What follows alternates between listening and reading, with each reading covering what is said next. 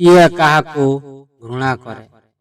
ବେଶ୍ୟା ପୁତ୍ରକୁ, ଭ୍ରଷ୍ଟାନ୍ ନାରୀ ଜାତିକୁ, ଲୋଭୀ ଭିକାରୀକୁ, ମୂର୍ଖ ଜ୍ଞାନୀକୁ,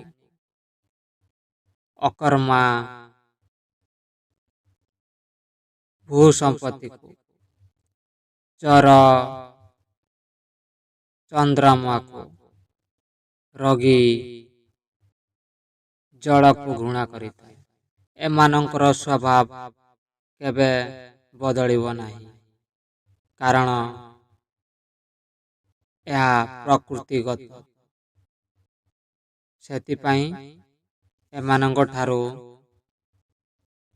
ଦୂରେଇ ରହିବା ହିଁ ବୁଦ୍ଧିମାନର ଲକ୍ଷଣ ହେଇଥାଏ।